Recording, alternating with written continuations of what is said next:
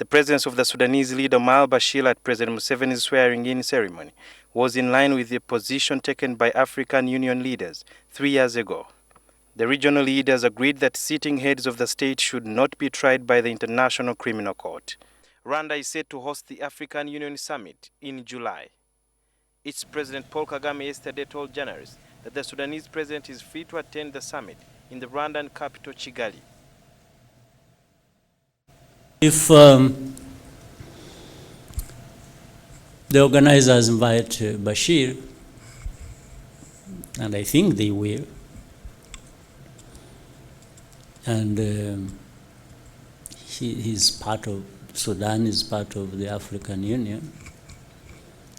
So, first of all, on what basis and who are we to say you can't come here because ICC said so?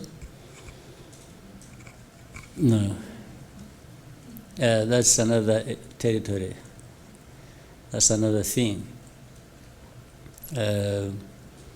So we will host whoever the organizers of the African Union Summit invites to come here, no doubt. So the ICC issues will be addressed by those who want to address them and who are concerned. I'm not very much concerned with ICC issues.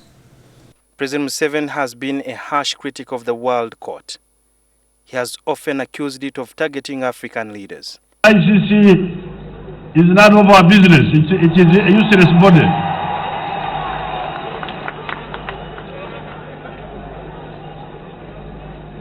We had supported the ICC initially, thinking they were serious, but they are just a bunch of useless people.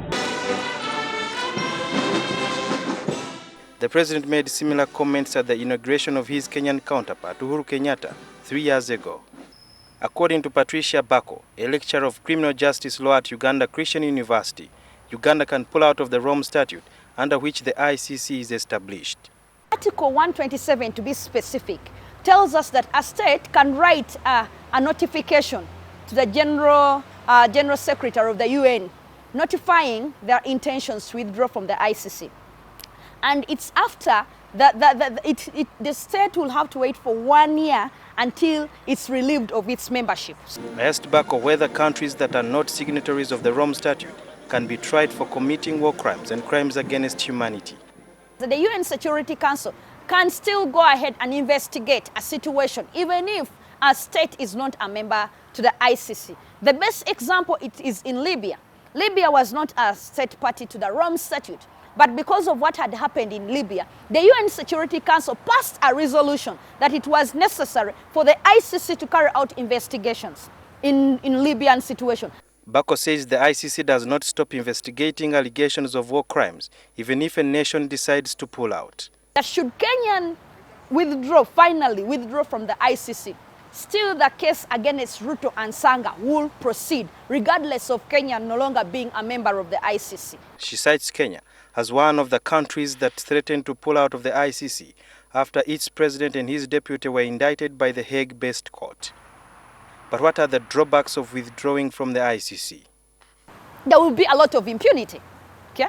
Because then people will commit offenses and go unpunished, unless we have the local mechanisms that are very strong.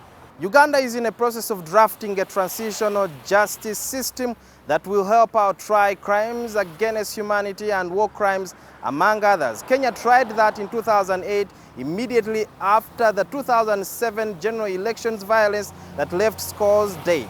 However, it didn't work out, with some arguing that the witnesses were supposed to testify against the suspects, were supposed to be protected by the army and police, who were also among the suspects. As to whether that works for Uganda or not, still, the UN Security Council still has an upper hand. Sudhir Yaruhanga, NTV.